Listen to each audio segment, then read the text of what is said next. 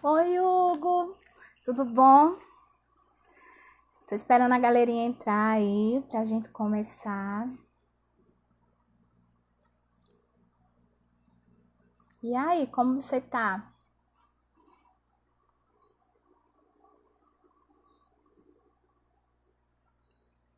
Tá, Jéssiane, seja bem-vinda. Gente, sejam bem-vindos. Muito bem-vindos. Vamos esperar aí o pessoal entrar. Se vocês puderem ir mandando convite para as pessoas, né, irem também assistir nessa live. A gente hoje vai ter o professor do Rema, Marcos Puceno. Vai estar falando um pouco sobre a segunda vinda de Jesus. Estou aguardando ele entrar também. E manda aí convite para mais gente, para que as pessoas possam estar sabendo e entendendo mais um pouco sobre as coisas do reino milenar, da segunda vinda de Jesus, como vai ser, se vai ser no arrebatamento, se vai ser depois, quando é que Jesus realmente vem uma segunda vez aqui na Terra, amém? Estou esperando o professor Marcos Pucena entrar, ele vai entrar pelo Verbo Auricuri, e aí vocês vão mandando para mais pessoas estarem na nossa live de hoje, certo? Eu já vou convidar o professor para entrar, para estar aqui com a gente. Eu sei que o nosso horário é sempre às 21 horas. Graça e paz, professor. Graça e paz, amém? Tudo bom? Amém. Então, gente, o nosso horário sempre é às 21 horas, né? O pessoal já está acostumado, mas a gente sempre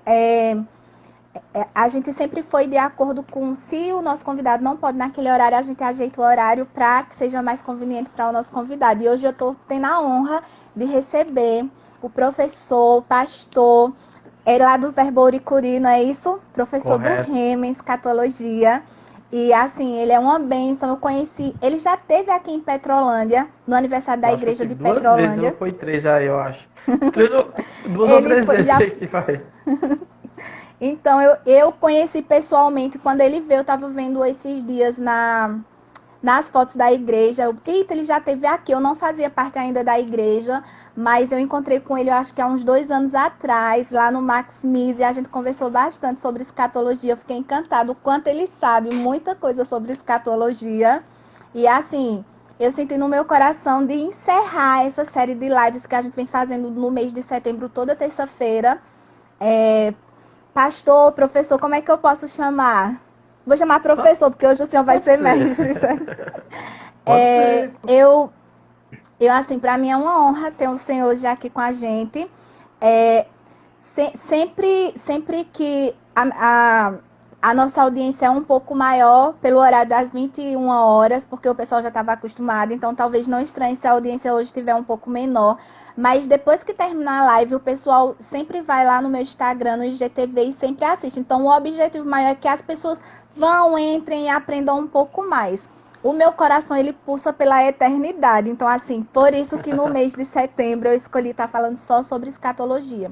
E a gente falou sobre vários temas, e hoje a gente vai encerrar com a segunda vinda de Jesus, né? A segunda Amém. vinda de Cristo, que foi algo que, assim, a gente até conversou um pouquinho antes, né? E que há uma grande confusão sobre isso. Mas antes da gente começar mesmo no tema, eu gostaria que o senhor se apresentasse um pouco mais, né? Sobre... Porque pode ser, eu sei que o senhor é pastor de Auricuri e é professor do Rema, mas se tiver mais alguma coisa que eu esqueci de falar, Não, tá de Ana bom Virgínia tamanho. tá dizendo o meu também, ó. Para quem não me conhece, eu sou Marcos Puceno, eu sou pastor presidente da Igreja Verbo da Vida na cidade de Oricuri. Também temos um ponto de pregação numa cidade aqui próximo, Trindade, e estamos com o objetivo de também expandir para o sertão, a Caatinga mesmo, entrar na Arbrenha mesmo aqui, que é sertão brabo. Nosso objetivo é invadir, porque eu vejo muitos missionários querendo ir para as nações, mas não vejo ninguém querendo ir para a Caatinga. Já que ninguém quer ir para a Verdade. Caatinga, nós aqui iremos invadir a Caatinga com a palavra da fé. Eu me Amém. converti com uns 14 anos de idade, e desde os meus 14 anos de idade, o primeiro livro da Bíblia que eu li foi Apocalipse. E desde então eu me apaixonei por escatologia. Eu lia, não entendia nada, lia várias vezes. Era dia e noite lendo o livro do Apocalipse. Quanto mais eu lia, menos eu compreendia, menos eu entendia. Mas, com o passar dos anos, perseverando, né, no estudo, eu fui compreendendo um pouco mais sobre escatologia. Não sei tudo, né, como também ninguém sabe tudo sobre esse assunto que é muito amplo, né? Mas eu sou apaixonado e sempre procuro sempre estar aprendendo cada vez mais uns com os outros. É uma área, Amém. é um tema que sempre vai ter divergência. Qualquer doutrina, ela tem algumas divergências, mas escatologia eu acredito que ela tem um pouco mais de divergências, mas faz parte, né? Que Isso. Nem tudo a Bíblia explica, aquilo que ela não explica o povo quer explicar, e aquilo que ela não explica eu prefiro ficar só com o que ela diz. E eu nunca procuro explicar o que ela não explica. Se eu tiver Amém. base bíblica, eu falo. Se eu não tiver, eu digo que não sei, não tem problema nenhum em falar que não sei. Só não vou inventar. Amém, amém. E realmente são muitas linhas de pensamento, né? Eu fiz um curso de escatologia, acho que terminou um mês atrás, que era a escatologia do reino. E assim, até os professores, entre eles divergiam, porque era um grupo ensinando escatologia, mas eles tinham visões diferentes e a gente acabou aprendendo as várias visões. Mas enfim, parece que já tem até já uma perguntinha aqui, deixa eu dar só uma olhada. Acho que alguém apagou ou não está aparecendo ainda. Gente, então, sejam muito bem-vindos. Eu sei que essa vai ser uma live que vai edificar demais a vida de vocês. Vocês vão aprender um pouco mais sobre a segunda vinda de Cristo. E a gente vai começar já quebrando um biscoito que quando eu conversei com o mestre, aí ele disse que há uma grande confusão entre a segunda vinda de Cristo por conta das duas etapas, né? Mas a primeira pergunta é: o que nos garante que Jesus vai vir uma segunda vez realmente? Qual é a Justamente. garantia que a gente tem? Justamente. É uma boa pergunta. Nós precisamos entender que a segunda vinda, assim, nós sabemos que existem eventos futuros, né? Prescritos na Bíblia, prescritos na palavra de Deus. E a segunda vinda de Cristo, ela é a chave para desvendar esses eventos futuros. Então, é muito importante a gente compreender essa segunda vinda justamente por causa disso. O que é que acontece? Desde o Antigo Testamento, que já havia profecias que falavam sobre essa segunda vinda. Na verdade, desde o Éden, eu costumo dizer que foi no Éden que começou a escatologia, quando na queda do homem, que Deus disse, do ventre da mulher vai nascer um, né, que vai pisar a cabeça da serpente. Ali foi profetizado o Salvador do mundo, o Messias. E desde então, todas as profecias que foram escritas foram girando em torno dessa profecia, para que ela se cumprisse. Então, o Antigo Testamento, repleto de profecias sobre a vinda do Messias, a vinda do Salvador, e aí Deus foi se revelando progressivamente por meio das Escrituras, pelo passar dos anos, né? Os homens inspirados por Deus foram escrevendo essas profecias. E o interessante é o seguinte: quando nós observamos, nós entendemos que houve um erro de interpretação dos estudiosos da época, quando o Messias veio, porque havia muitas profecias acerca da vinda dele, o Salvador. Então, não havia uma clareza dizendo que a vinda do Messias seria duas vindas. O que é que nós observamos? Que se falava sobre o Cordeiro de Deus e falava-se sobre o rei. O Cordeiro de Deus, que era um descendente de Abraão, que iria tirar o pecado do mundo, e tem muita analogia na Bíblia sobre esse Cordeiro. E também se falava do rei, descendente de Davi. Então, a Bíblia ela não deixava claro que o Messias viria duas vezes, mas ela deixava claro que ele viria. E havia profecias na Bíblia que falava só da primeira vinda dele, existia profecias que falavam só da segunda, existia profecia que no único versículo falava das duas vindas. Mas não existia algo explícito dizendo ele virá duas vezes. Mas havia narrativa da primeira vinda e havia narrativa da segunda. O que aconteceu quando se cumpriu o nascimento dele? Quando se cumpriu o nascimento do Messias, eles olhavam para aquele homem, mas com a segunda vinda na mente deles. Eles atentaram só para os versículos da segunda vinda. Aí quando eles olhavam para o versículo da segunda vinda, era um Jesus vitorioso, um Jesus que vinha vencer, que derrotava os inimigos, que derrotava os exércitos inimigos, sabe? E quando eles viam as profecias, quando olhava para Jesus, era um homem totalmente diferente. Porque ele veio cumprindo a primeira vinda, que não havia clareza dizendo que eram duas. Só falava que ele ia vir, mas não falava ele vai vir uma vez, vai morrer assim, vai vir a segunda, não. O Messias vai vir, o Salvador vai vir. Porém, existiam profecias que falavam da primeira e da segunda. Quando ele veio, ele cumpriu mais de 100 e tantas profecias só relacionadas à primeira vinda, e se cumpriram diante deles as profecias, elas se cumprindo uma após a outra, até que se cumpriram todas as profecias relacionadas à primeira vinda, se cumpriu todos. Então, falta se cumprir as da segunda vinda, que é sobre o rei, o descendente de Davi. Relacionado ao descendente de Abraão, veio. Se cumpriu as relacionadas à primeira vinda. E é aí que está a questão. Eles não atentaram que, por não estar escrito com clareza que eram duas vindas, eles olharam só para a segunda vinda, que é quando Jesus de fato vai vir, vai derrotar os inimigos, né? Vai derrotar ali a besta, né? O falso profeta, vai trazer o julgamento ali das nações e etc. para a entrada do milênio, tal e tal. Então eles só observavam as profecias da segunda, desprezaram as profecias da primeira vinda. E quando eles olhavam, eles não estavam errados. Eles olhavam as profecias e comparavam. Esse não é o Messias, não é o que está escrito. Porque eles ignoraram as profecias que falavam da primeira vinda, que estava se cumprindo diante deles. Então, o que acontece? Profecias que estavam escritas na segunda vinda sobre o Messias no Antigo Testamento não se cumpriram. Então, o que é que nos garante que Jesus virá a segunda vez? A primeira vinda. A primeira, porque a mesma Bíblia que falava da vinda do Messias, que ele iria nascer em Belém, que ia montar no jumentinho, que ia ser morto no madeiro, todas aquelas profecias que se cumpriram, nos dão base e nos dão segurança para saber. Assim como se cumpriu a primeira vinda, vai se cumprir a segunda. Porém, não havia clareza que eram duas vindas. É aquilo que eu digo com os estudiosos de escatologia. Você não pode bater martelo em certas interpretações, porque a profecia é como uma sombra, ela não tem a nitidez de algo colorido, que você vê todos os tons ali, verde, amarelo, azul, vermelho, não, você vê como uma sombra. E só quando ela se cumpre é que nós temos a clareza. Tem pessoas que querem ter clareza de profecias que não se cumpriram, não tem como ter clareza se o próprio versículo não for tão claro. Então, o que é que acontece? A profecia se cumpriu diante deles, e eles estavam engessados por causa da visão deles com relação ao ensinamento. Então, quando nós olhamos para a primeira vinda de Jesus, a mesma Bíblia que falou sobre a primeira vinda é a mesma Bíblia que fala sobre a segunda. Se todas as profecias da primeira vinda se cumpriram, então todas as profecias da segunda também irão se cumprir. Ou seja, o que nos dá a base mesmo para ter certeza que haverá a segunda vinda é a primeira vinda.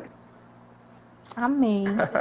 Então, base mais que o suficiente. Agora surgiu uma dúvida. Será que por conta deles olharem tanto para a segunda vinda, que Cristo vinha como vitorioso, e aquele primeiro Jesus que veio tão frágil, que foi derrotado, que morreu numa cruz, e que para alguns talvez tenha sido uma derrota, talvez por isso ele tenha sido rejeitado pelo povo daquele tempo, onde a maioria rejeitou, por ter essa visão de que ele vinha vitorioso. E, assim, para eles não foi uma vitória ele ter morrido, né, ali na cruz. Talvez tenha sido essa visão que o povo de Israel tenha tido e por isso tenha sido rejeitado pelo seu povo. E até hoje eles aguardam o Messias vir. Até hoje eles estão aguardando ainda a primeira vinda. Ele já veio, já se cumpriu e eles continuam aguardando. Eles continuam olhando as Escrituras e não interpretando corretamente. Porque eles estão aguardando a primeira vinda. Eles não estão aguardando. Quem aguarda a segunda vinda de Cristo é a igreja.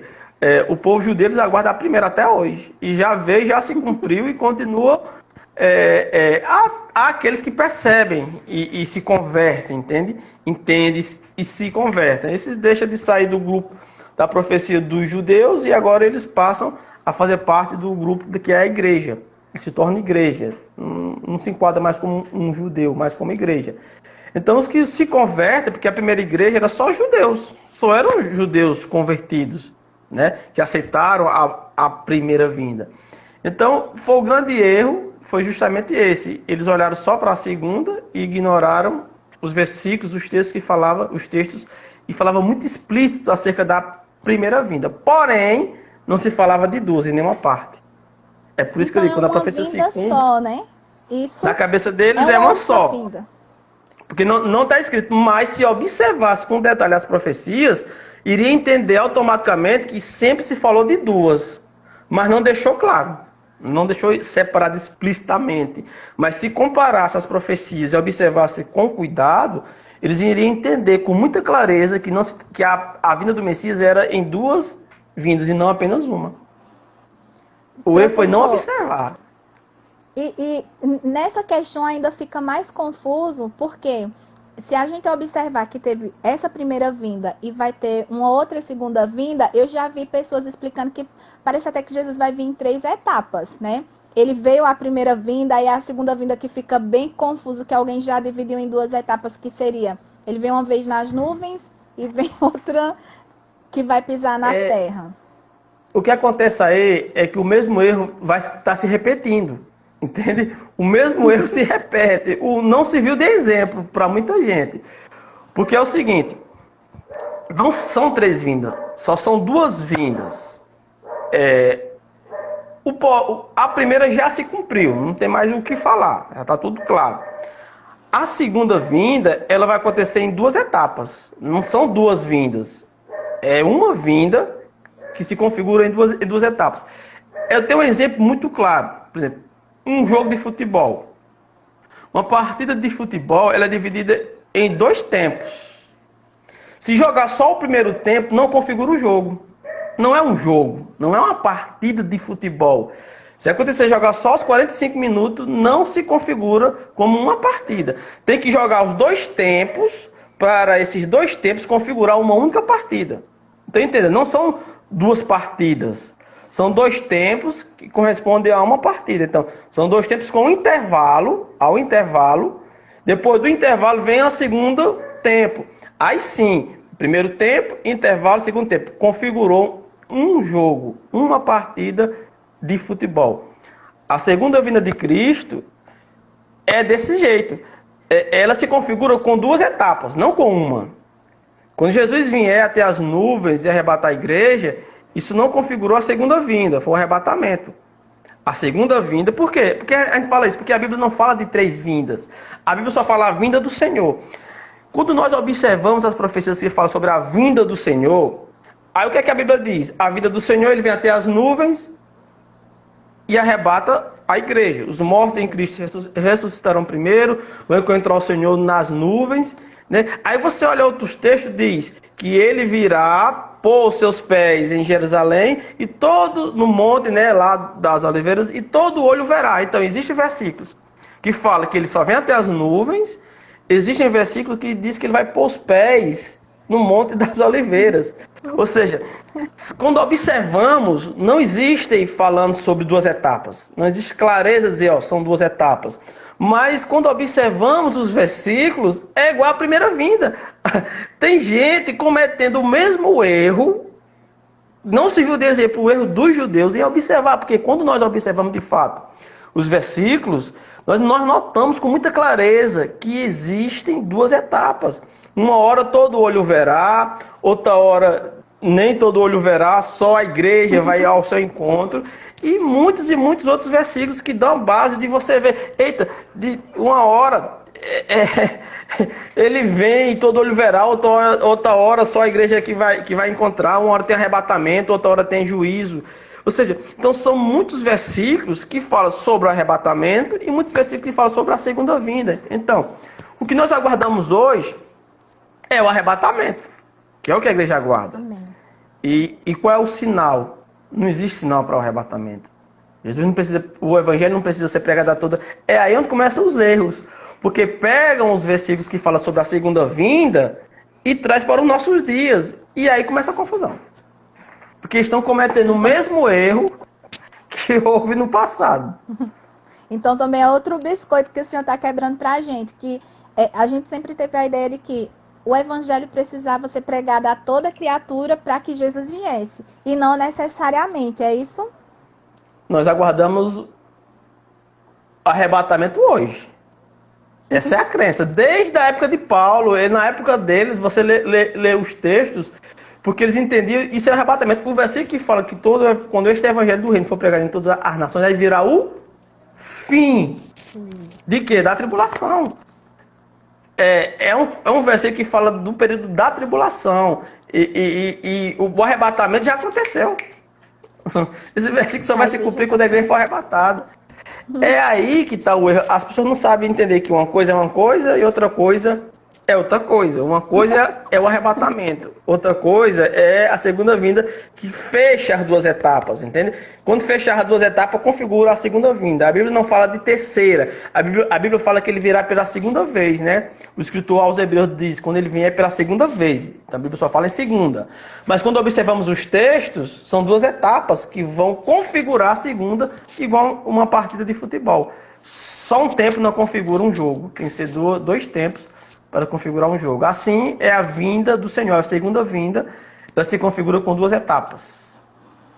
E essa explicação do jogo foi muito boa, porque ficou muito clara e deu para entender bem, então, como acontece que é a nossa linguagem do brasileiro.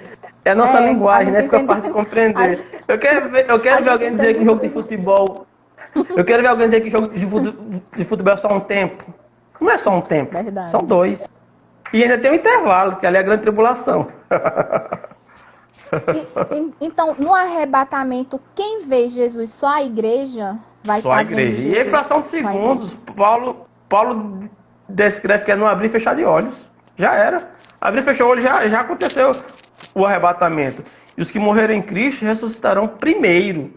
Né? Ou seja, quem não morreu em Cristo, mas ressalva, vai esperar a sua ordem na ressurreição. Porque é claro que existe uma ordem.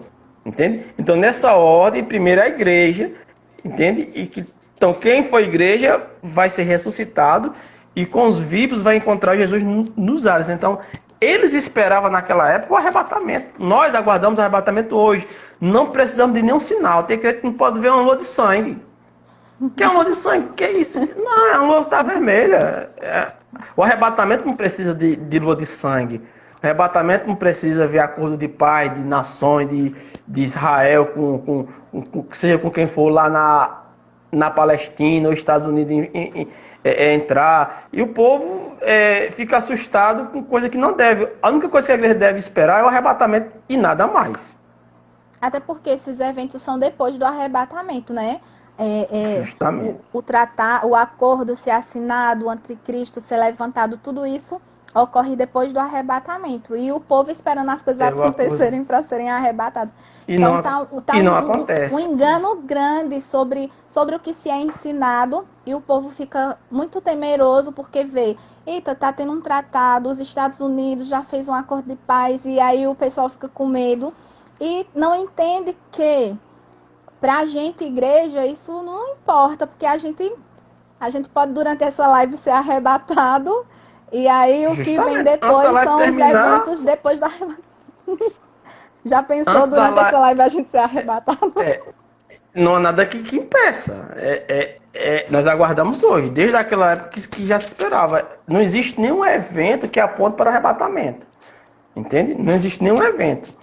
Agora, quando a igreja for arrebatada... Então, nenhum desses sinais que o pessoal está com medo, por exemplo, coronavírus, é um sinal do arrebatamento?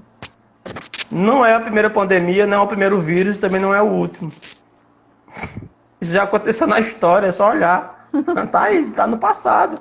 Primeira Guerra Mundial, imagina na época os crentes, dizendo que era a vinda de Jesus, dizendo que era a grande tribulação. O povo não pode ver.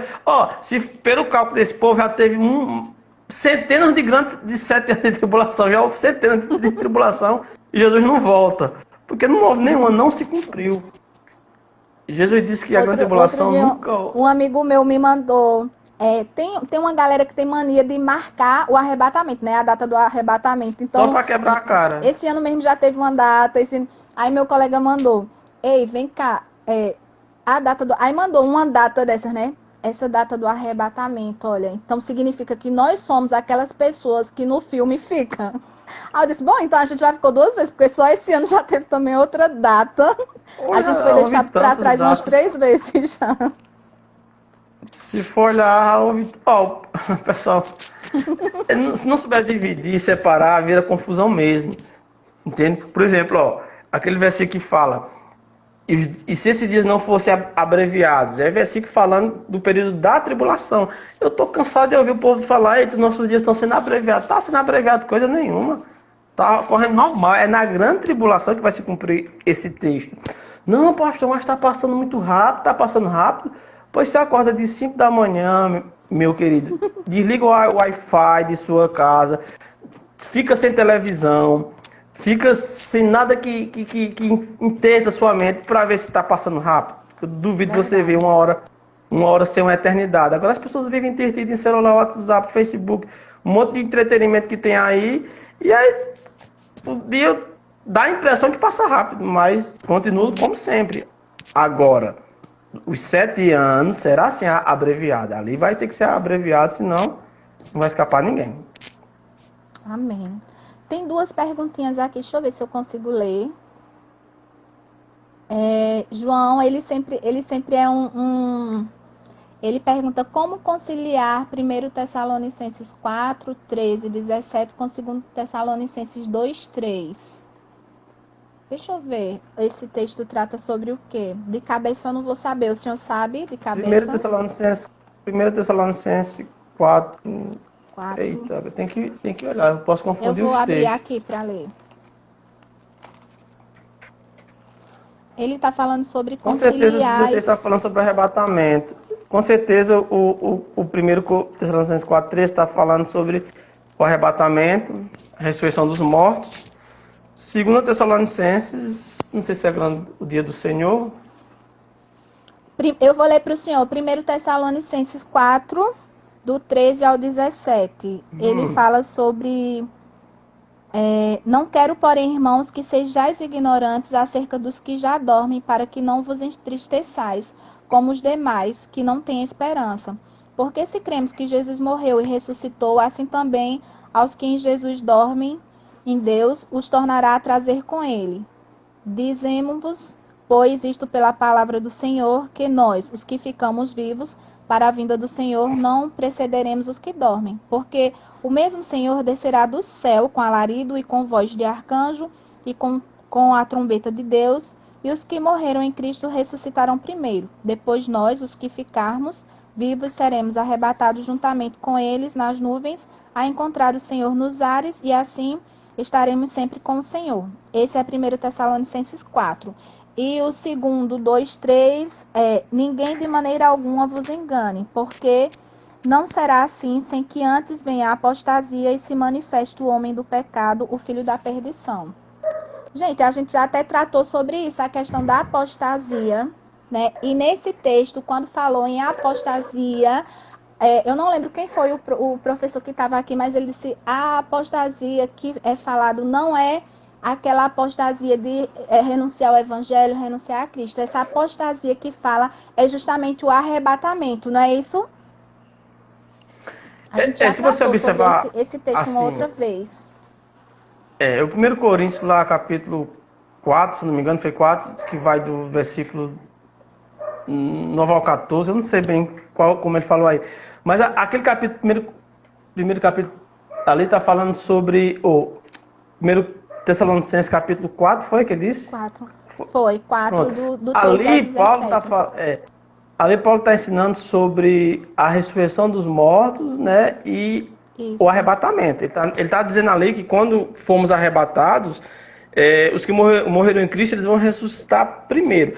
Já aqui, em 2 Tessalonicenses capítulo 2, já aquele contexto ali, se trata que pessoas estavam perturbando a paz dos irmãos na época, dizendo que o dia do Senhor tinha chegado. né? Pessoas estavam perturbando a igreja, dizendo que há tribulação, porque o que eles estavam vivendo na época eram dias terríveis, sabe?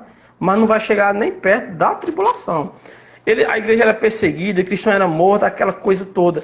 Então, pessoas surgiram pregando na época que já estava acontecendo no dia do Senhor.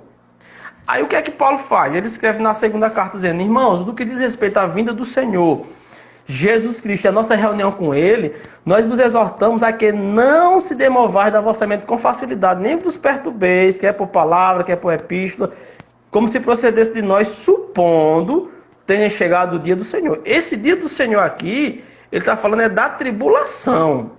Supondo que o dia do Senhor tenha chegado, ele está falando da tribulação. Ele diz: ninguém de nenhum modo vos engane, porque isso não acontecerá sem que primeiro venha a apostasia, seja revelado o filho da iniquidade. Que apostasia é essa? Essa apostasia, ela é o arrebatamento. Porque a palavra apostasia, ela significa o quê? Sair do meio, ser retirado. Então, ele está falando que o dia do Senhor não virá sem que antes venha a retirada. Na Bíblia LTT, ela é melhor, porque ela não fala apostasia. Ela diz a retirada, quando acontecer a retirada. E é essa palavra apostasia que muitas vezes confunde as pessoas, né? E nem toda a Bíblia traduz por apostasia. Tem Bíblia que traduz por retirada, né? A LTT, a melhor tradução para esse texto é a LTT. O que é que acontece? Havia pessoas perturbando a mente da igreja dizendo que já tinha chegado a tribulação. E Paulo disse: olha, não vos perturbeis por nada, porque isso não acontecerá sem que primeiro venha a apostasia e aí seja revelado o iníquo. Ou seja, está falando que quando houver apostasia que é a retirada, só aí então poderá se manifestar o anticristo. Ou seja, o anticristo não está esperando crente se desviar para ele poder vir ao mundo, não. O crente, ele não está esperando, vou esperar um monte de crente se desviar, negar a fé, abandonar a fé para mim vir. Não, não é isso. É só a igreja sair. Quando a igreja sair, aí sim o anticristo vai se manifestar. Então, essa segunda Tessalonicenses, capítulo 2, ele fala justamente sobre isso. A nossa reunião com o Senhor é o arrebatamento. Entende? O dia do Senhor aí é a tribulação. E a retirada é o arrebatamento, ou seja, não acontecerá. E depois, quando ele vai falando, vai ficando mais claro ainda. Eu acho muito claro esse texto de 2 Coríntios, ou 2 Tessalonicenses, capítulo 2. E a ligar ele com 1ª, é só que quando diz a nossa reunião com ele, ali está falando de 1 Tessalonicenses, que foi lido aí, né, no capítulo 4, quando a igreja for retirada, entende? Então, essa segunda epístola, ele aborda o arrebatamento, a tribulação e a vinda do anticristo, que ele vai dar algumas descrições do anticristo, entende? Então, é muito claro essa 2 Tessalonicenses capítulo 2. É só entender isso. O capítulo 1 lá fala só sobre o arrebatamento e ressurreição dos mortos. Aqui já é mais amplo. É o único texto que fala de primeira e segunda vinda. Esse daqui, tribulação, se eu não me engano. E é ótimo esse texto, porque ele dá até a ordem do, né, que cada um vai ressuscitar. É o texto claro, mais claro. Ele é bem claro esse texto. Ele fala do caráter, né, do anticristo, como ele vai vir. Né? E ele vai vir com fake news. Está escrito, ó. A 2 que estava escrito que o anticristo já vem com fake news. Sempre. Meu Deus, fake news é o problema. Fake news é a arma que ele vai usar, né? Já foi provado aí, né? Nessa pandemia que fake news fecha comércio, fake news bota o povo pra dentro de casa, fake news. Você vê que o vírus não deixou de existir, o vírus não morreu, não há vacina, e o povo já tá vivendo normalmente aí. Pelo menos aqui em Aricuri, na última campanha política que teve aqui, tomou a rua, o povo aglomerado em cima do outro, e agora ninguém mais adoece. Aqui na minha cidade, na igreja só podia ter 30%, né, de pessoas. E eu sempre brinco, eu disse, gente, o vírus na igreja parece que ele é mais forte, assim, ele é mais contagioso, porque na igreja a gente só pode 30% do pessoal, mas agora começou a campanha, agora pode juntar até 100 pessoas. Então, assim, o vírus ficou fraco durante esse tempo de eleição. E, não, assim, agora... os médicos, eles puderam... se recusar a voltar a trabalhar. Eu sou professora, hoje eu já voltei à minha rotina normal. A gente já foi para a primeira reunião, para dia 6 a gente tá voltando com tudo. Então, Que Deus nos proteja desse vírus, né? Porque O alguns vírus tiveram... existe, né? Isso aí ninguém discorda, mas a fake news que existe em cima dele é muito grande. Não é isso tudo que a gente ouve, não. Não é. Isso.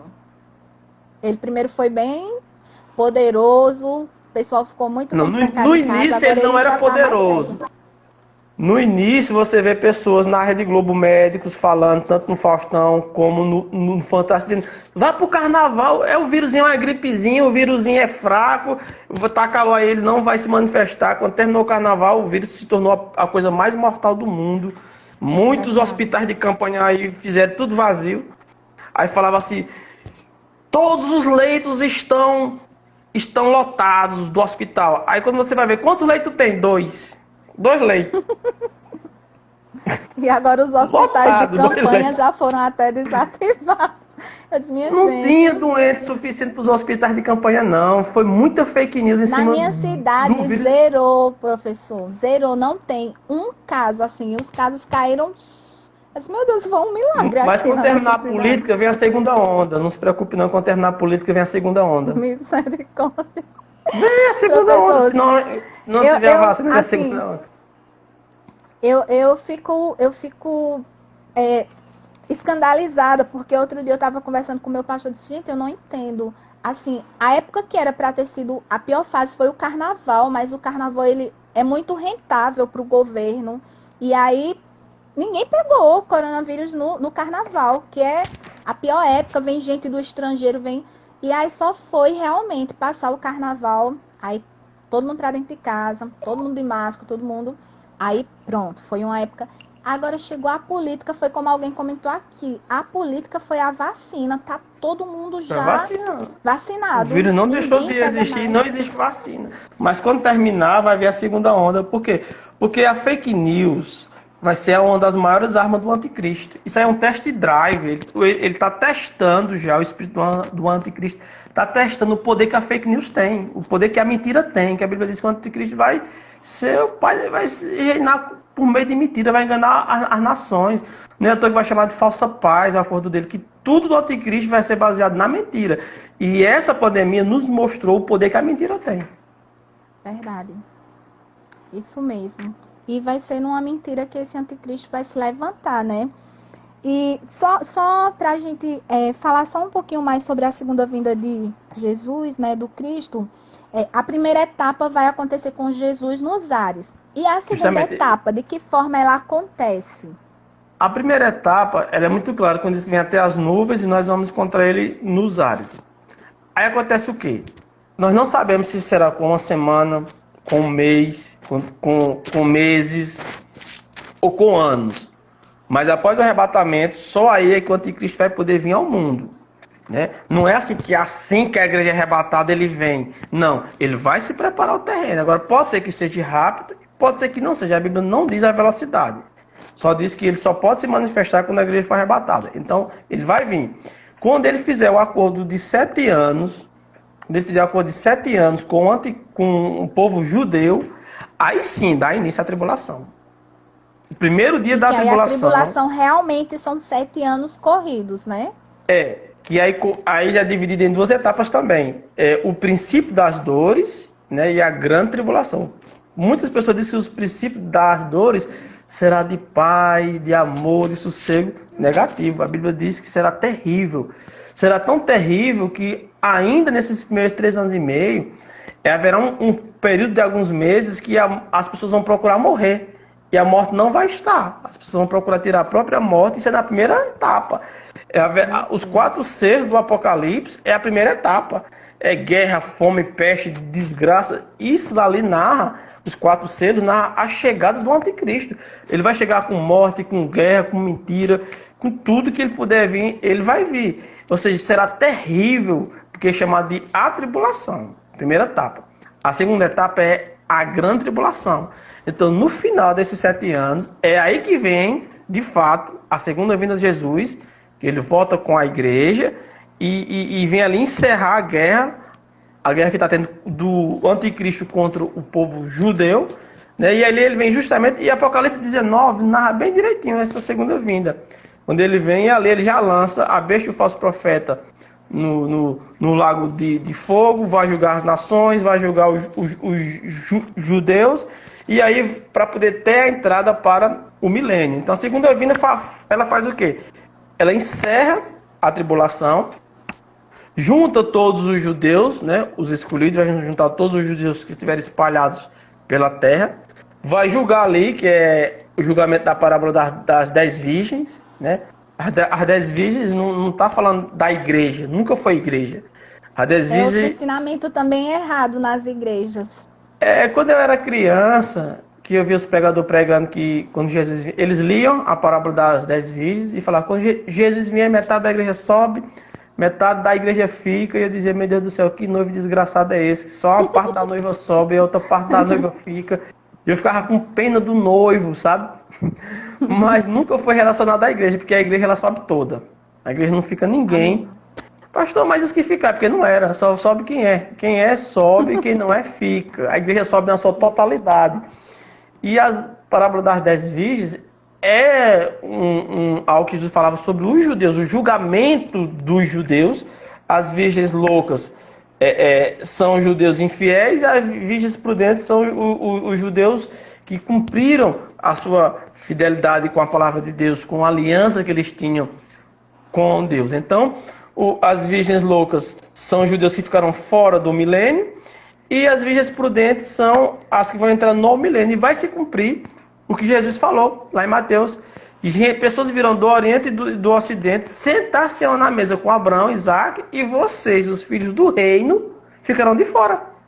E há quem diga que todo judeu é salvo, né? Jesus dizendo que um monte de judeu vai ficar fora e os gentios vão entrar no milênio.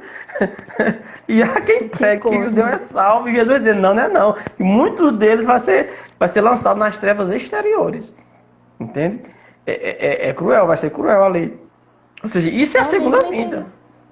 Dentro das igrejas, e assim, eu não estou criticando as igrejas, eu estou só vendo o que acontece, alguns ensinamentos errados, e isso falando de escatologia. Por exemplo, tem algo que eu já vi em alguns lugares falar, que o Espírito Santo vai ser retirado juntamente no arrebatamento com a igreja. Não mostra o né? versículo, não tem versículo que fala sobre isso, não. E nenhuma parte da Bíblia fala isso. Nenhuma. Nunca se falou de retirada do Espírito, nenhum versículo, nem que desse a entender isso. São interpretações fundamentadas em nada, em achismo, né? Mas na Bíblia não tem isso não. E aí esse ensinamento se propagou, porque assim, tem muita gente que ainda pensa que realmente o Espírito Santo vai ser retirado, né? E se o Espírito Santo for retirado, como é que as pessoas vão estar se convertendo na tribulação? E haverá muita salvação na grande tribulação. Muita salvação.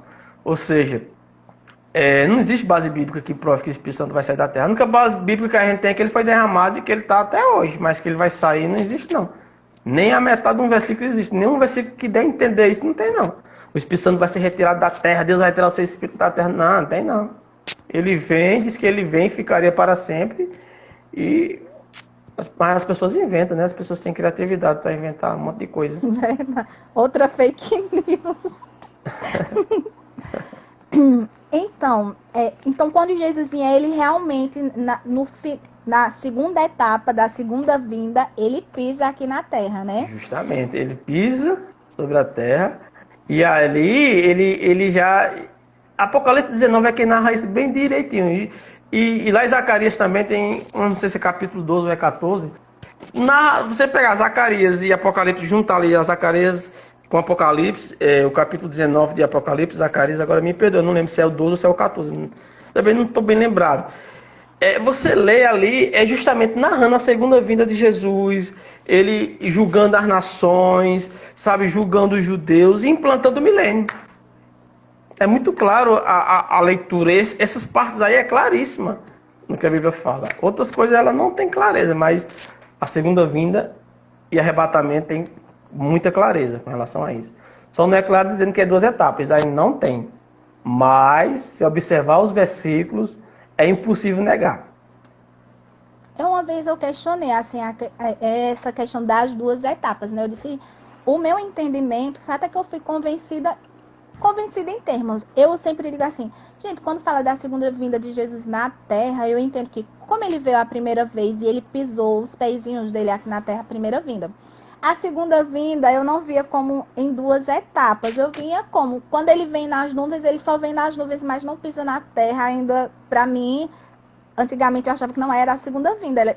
Ele ficou nas nuvens, ele não pisou. Então, eu entendia só como segunda vinda quando o pé dele pisava aqui na terra mesmo. Mas Foi até que conversando com alguns mestres eu consegui compreender isso. Por que é que leva a gente a crer que são duas etapas? Os versículos, porque ele não fala primeira etapa, segunda, ele fala a vinda do Senhor. Ele só fala isso, o versículo. A vinda do Senhor, ele diz, na sua vinda encontraremos ele nos ares. Na sua vinda todo olho verá. Na sua vinda colocará os pés sobre, entende? Aí quando a gente junta, isso, gente, fala da vinda, mas tem narrativas diferentes, coisas diferentes. E aí chega-se à conclusão igual à primeira vinda. Ou seja, eu não quero cometer o mesmo erro que fizeram no passado, de não observar os versículos e entender que fala de dois eventos diferentes. Isso. Eu acho... Por isso que a gente tem que estudar muito. Tem uns textos que são bem complicados. E aqui tem mais uma perguntinha. Alguém falou. João. João, ele é muito curioso. Eu acho ele massa. Ele perguntou, uma etapa? Não, João. Ele está falando que é um evento em duas etapas. Foi como ele explicou sobre o jogo de futebol. Tu chegou agora e pegou só a metade da conversa, né? O professor falou que é tipo uma partida de futebol. E que a segunda vinda ela acontece em duas etapas. Uma no arrebatamento e a outra quando ele vier realmente depois da tribulação, que pisar os pés aqui na terra. Enfim, a segunda vinda vai acontecer em duas etapas. E o que leva a crer nisso? Entendeu isso? Observando as profecias, observando os versículos. Igual a primeira vinda. Os judeus olharam para os versículos da segunda e cegaram diante dos versículos da primeira vinda. A segunda vinda também tem eventos que falam do arrebatamento e eventos que falam do final da tribulação, que são eventos diferentes. Se observar e ler com cuidado, a pessoa vai notar que realmente são dois eventos, mas esses eventos a Bíblia chama de a vinda do Senhor. Tá bem claro agora, não tem eventos distintos. A Bíblia narra eventos distintos e chama eles de a vinda do Senhor. Só que uma hora ninguém vê, só a igreja, outra hora todo olho verá. E, professor, quando se encerra, né, assim, quando é concluída a segunda etapa da segunda vinda, no caso, Jesus vem para implantar, eu entendo que o objetivo principal é realmente implantar o reino milenar, não é isso? É porque é o seguinte, as profecias sobre a vinda do Messias, elas não se cumpriram na sua totalidade. Ela vai se cumprir já na segunda vinda. Porque, por exemplo, a própria redenção, ela se cumpriu em parte. Ela se cumpriu parcialmente. Ela não se cumpriu integral. Não se cumpriu total. A nossa redenção hoje é só no nosso espírito. Nossa alma e nosso corpo não foram redimidos. Por quê? Isso vai ser na segunda vinda. E essa redenção completa no nosso corpo é o que a Bíblia chama de adoção. O que é adoção? É quando o nosso corpo ele é transformado num corpo semelhante ao de Cristo. E nós chegamos à estatura perfeita, semelhante a Cristo. Aí, Paulo escrevendo aos Romanos diz, isso é a adoção. Né? Às vezes as pessoas pegam esse versículo e dizem que nós não somos filhos gerados, somos filhos adotivos. A Bíblia não está falando de adoção no sentido da nossa cultura. Está falando que a adoção é quando o nosso corpo for realmente transformado no corpo semelhante ao de Cristo. Lá em Romanos capítulo 8, Paulo fala um pouco sobre isso. Entendeu? Então isso significa que ainda na segunda etapa, né, da segunda vinda, várias profecias, as profecias que não se cumpriram vão se cumprir nesse momento. E quando se encerra as profecias? Qual é assim? Pronto, agora encerrou e acabou, se a gente vai viver... Porque já que a gente está encerrando esse mês de escatologia, se encerra tudo quanto? Para a gente dizer, pronto, agora o mal não existe mais e a gente vai viver eternamente tranquilo. Na primeira etapa do arrebatamento vem a adoção do nosso corpo, né? Então vamos chegar à estatura perfeita. Então, relacionada à igreja, se cumpriu ali. Só falta ela vir para a terra para se cumprir a parte de reinar com Cristo, né? Na segunda vinda, vai se cumprir as profecias relacionadas a judeus e gentios, né? Haverá um julgamento das nações e dos judeus. Vai determinar quem entra no milênio. O diabo será preso. E aí vai se cumprir, aí sim. Por exemplo, quando ocorrer o arrebatamento, aí vai desencadear um monte de profecias se cumprindo. Um monte de profecias se cumprindo. Por exemplo, a batalha do Armagedon, que é uma batalha que ela vai acontecer nessa segunda vinda, não é? A gente participa, a gente luta junto.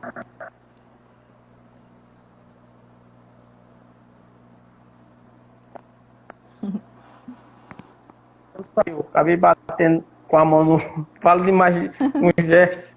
Sim, pode repetir aí que eu não ouvi. O senhor ouviu? Eu sei Não. que um dos eventos que vai acontecer na segunda vinda é a batalha chamada Batalha do Armagedon, que eu acredito que é a última batalha. Depois dessa não tem mais outra, Tem né? sim, tem sim. Tem ainda? Gog e Magog. Após o milênio. Ixi, então essa é a última, não é isso? Olha, é tanta coisa que eu até esqueci. Nós vamos participar dessa batalha?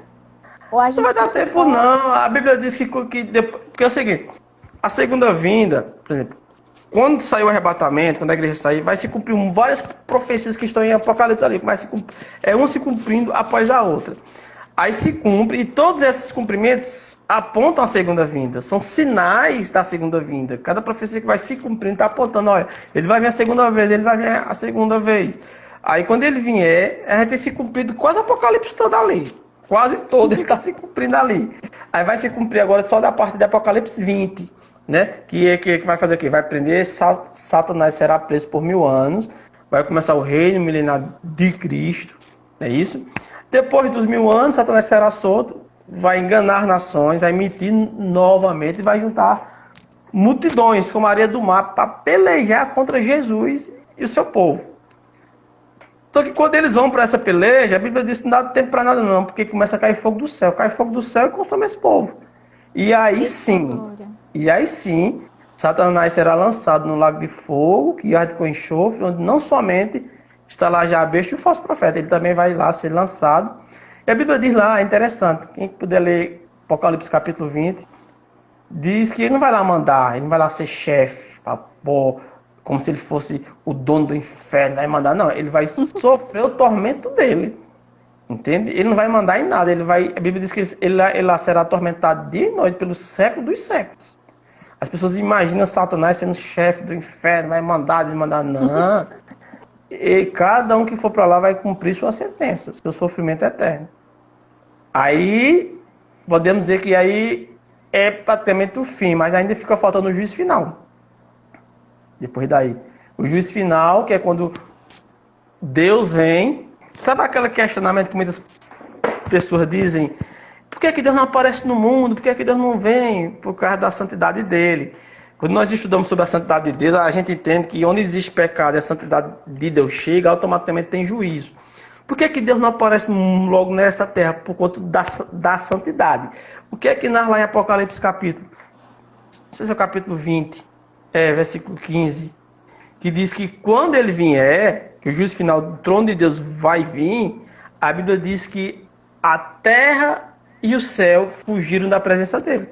Diz que não se achou lugar nem para o céu e nem para a terra. Só com a presença dele vai sumir céu e terra. A Bíblia diz, não se achou lugar para eles. Ou seja, vamos procurar céu, vamos procurar, não vai achar. Só por causa da presença dele nesse mundo. Só, né, por conta do pecado que vai haver após o milênio, né, haverá o pecado novamente, vai contaminar a terra. E quando Deus vier para o juízo final, você pode ler lá em Apocalipse. Diz que, capítulo 20, eu acho que é o versículo 15, não sei. Eu tô meio por fora, eu sou ruim de memorizar demais. Não existe pessoa pior do que eu para memorizar os versículos. Mas eu sei as histórias. Que revelação foi essa? Eu nunca tinha pensado acerca disso. Isso foi rema para mim. Nunca tinha imaginado sobre isso. Gente, como em cada live dessa a gente aprendeu sobre coisas realmente... Eu nunca imaginei isso. Então vai ter um momento que a gente vai poder assim olhar no olhinho de Deus e dizer, ou a gente só vai ver Jesus. Uma vez no grupo de escatologia rema, eu quase entrei em depressão, professor. Porque disseram, Gente, a gente só vai ver Jesus, a gente não vai ver Deus. E eu fiquei, mas a Bíblia garante, porque tem vários versículos disso que a gente Ó, vai ver. deixa eu ler aqui Apocalipse capítulo 20. Isso aqui é Deus para julgar os ímpios, viu? Aí diz, ó, vi um grande, Apocalipse 20, 11. Vi um grande trono branco e aquele que nele se assenta, de cuja presença fugiram a terra e o céu e não se achou lugar para eles. Ou seja, diz que cuja presença de Deus fugiu a terra e o céu. Só Deus chegou e eles... Meu Deus. E aí começa o juízo final. Aí depois do juízo final, o que é que vai acontecer? Apocalipse 21. Novo céu Novos céus, novas e terras. nova terra. Novos céus e nova terra. Para quê? Para Deus vir habitar. Ou seja, o plano de Deus ele não mudou. A Bíblia diz que Deus não muda, não altera o seu plano. Deus não está frustrado. Então, o que é o fim? É o início de volta. Deus não vinha Amém. se relacionar com Adão no Éden. Pois bem, vai ser melhor no final, que a Bíblia diz que o trono de Deus será estabelecido na terra. E de lá, em Apocalipse capítulo 21, Deus habitará com eles, com os homens. Ou seja, a Bíblia diz que Deus vai vir para a terra, a religião diz que o homem vai para o céu. Mas a Bíblia diz que Deus vai vir estabelecer seu trono na terra, diz que nem vai precisar de sol. Deus será o próprio sol. Ou seja, Eu nós vamos fico com a conviver com Bíblia. Deus aqui na terra. Aí vai se cumprir a profecia do Emanuel, que não se cumpriu ainda. Vai se cumprir no Apocalipse 21, quando Deus de fato estará na terra. Não, a profecia sobre Emanuel não se cumpriu ainda. Deus não está na terra, como a profecia diz, Deus conosco. Deus Jesus conosco. era Deus conosco, mas o versículo em si não era somente Jesus aqui. É justamente o fim. Deus estará conosco, de fato. Amém. Que coisa boa. Gente, o tempo já tá terminando. Tem mais uma perguntinha. Não, a gente já respondeu. É porque repetiu a mesma pergunta. Professor, não tenho palavras para agradecer. Que live poderosa. Meu Deus, eu saí aprendendo mais ainda. E eu creio que quem esteve na live hoje também aprendeu bastante. Foi muita coisa rema para mim que eu nem... Essa questão de Deus, da presença de Deus, foi espetacular. Eu nunca tinha pensado sobre isso. E olha que eu penso Depois muita coisa assim. leia com bastante atenção Apocalipse capítulo 20, versículo 11, para você ver se não é justamente o que eu estou dizendo. Foi maravilhoso.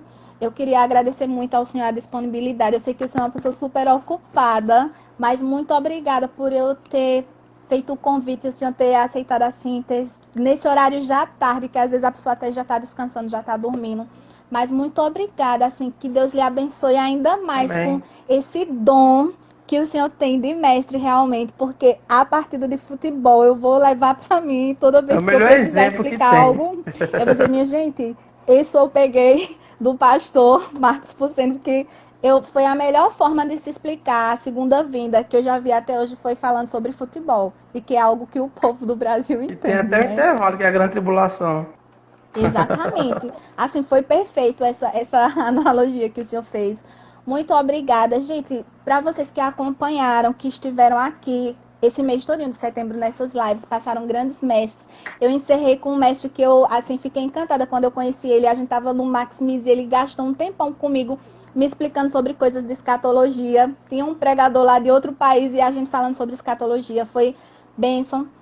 Eu louvo a Deus pela vida do Senhor, por esse tempo disponível. Eu sei que pessoas que não puderam entrar nesse horário, mas vão estar entrando. Muito obrigada. Muito obrigada. E a gente encerra aqui o mês de setembro com live escatológica. Amém? Amém. Sou muito grato também, estou à disposição. Quando quiser tratar de outros temas também, estou aqui às ordens. É só a gente marcar, né? E a gente vem assuntos que crente tem muita ignorância, como a graça de Deus, justiça de Deus, e por aí se vai, os dons espirituais, fruto do Espírito. Muitos assuntos que as